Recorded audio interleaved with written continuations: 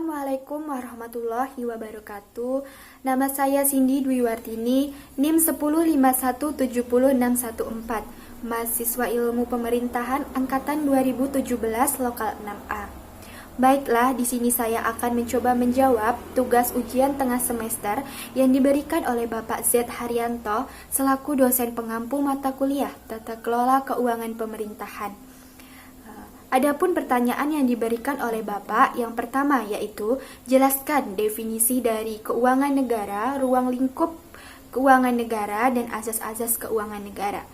Keuangan negara adalah hak dan kewajiban negara yang dapat dinilai dengan uang serta segala sesuatu, baik berupa uang maupun berupa barang yang dapat dimiliki oleh negara berhubungan dengan pelaksanaan hak dan kewajiban negara.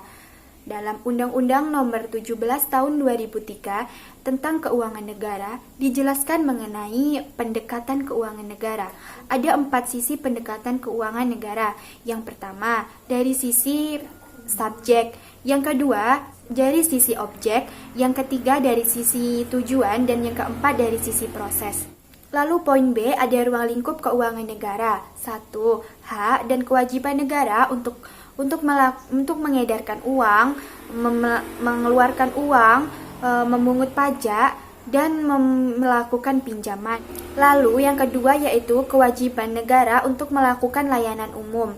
Lalu yang ketiga ada penerimaan negara, yang keempat ada pengeluaran negara, yang kelima ada penerimaan daerah, yang keenam ada pengeluaran daerah, yang ketujuh ada kekayaan negara yang dikelola sendiri maupun dikelola orang lain.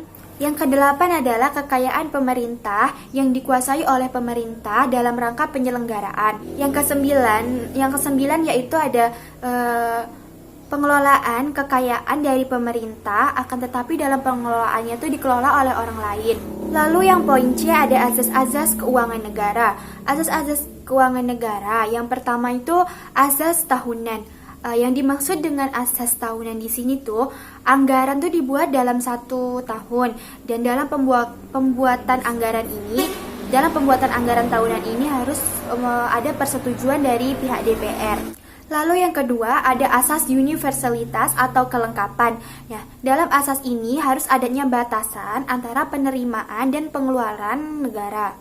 Lalu yang ketiga ada asas kesatuan. Nah, yang dimaksud dengan asas kesatuan ini segala sesuatunya yang keluar tuh harus tercantum dalam anggaran. Lalu yang keempat ada asas spesialitas. Nah, yang dimaksud dengan asas spesialitas ini bahwa anggaran tuh harus dilakukan dengan benar-benar baik secara harus konsisten, baik secara kuantitatif maupun secara kualitatif. Lalu yang kelima ada asas akuntabilitas. Yang dimaksud dengan asas akuntabilitas sendiri itu segala sesuatunya harus dipertanggungjawabkan oleh orang-orang yang mengeluarkan atau dalam organisasi tersebut.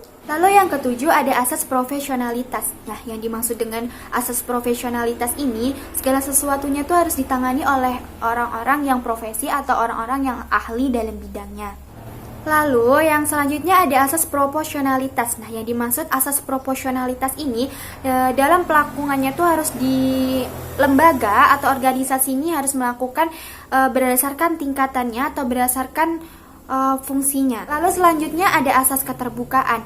Nah, yang dimaksud dalam asas keterbukaan ini dalam segala sesuatunya itu harus terbuka, harus tercantum dalam sebuah anggaran, tidak ada yang ditutupi sehingga seluruh masyarakat itu mengetahui untuk meminimalisir hal-hal yang tidak diinginkan. Lalu yang terakhir ada asas pemeriksaan. Yang dimaksud dengan asas pemeriksaan di sini yaitu memberikan wewenang secara lebih kepada BPK untuk memeriksa tentang pengelolaan keuangan negara secara objektif dan independen. Lalu pertanyaan yang kedua, dalam menyikapi pandemi COVID-19 ini, banyak kebijakan-kebijakan yang dikeluarkan oleh pemerintah. Salah satunya yaitu kebijakan dalam menggunakan pos-pos keuangan tertentu untuk menanggulangi pandemi COVID-19. Contohnya, dana desa dan dana pilkada dan dana-dana yang lainnya. Nah, menurut kalian, apakah pengeluaran atau penggunaan pos-pos keuangan tertentu ini untuk pencegahan pandemi COVID ini sudah tepat? Menurut saya Pak, terkait kebijakan yang dikeluarkan oleh pemerintah dengan menggunakan pos-pos keuangan tertentu untuk penanggulangan COVID-19, saya rasa sudah cukup tepat. Kenapa demikian? Sebab seperti yang kita ketahui, pandemi COVID-19 ini terjadi itu sangat cepat dan tidak dapat diperkirakan. Sehingga dalam penanggulangannya itu juga harus membutuhkan segala sesuatunya yang cepat. Seperti yang kita ketahui juga, penanganan pandemi COVID-19 ini membutuhkan dana yang cukup banyak. Dan karena hal-hal ini tidak terduga, pandemi ini tidak terduga, sehingga tidak ada termasuk dalam anggaran manapun. Karena anggaran itu kan dibuat setiap tahunan. Jadi pemerintah mengeluarkan kebijakan untuk menggunakan pos-pos keuangan tertentu yang dialihkan untuk menanggulangi pandemi COVID-19 ini. Akan tetapi dalam pengalihan dana ini juga tidak sembarangan dana yang digunakan. Pemerintah memilih dan memilah mana yang efektif, mana yang efisien dan tidak menimbulkan kerugian-kerugian yang banyak ketika dananya ini digunakan untuk penanggulangan COVID-19 ini.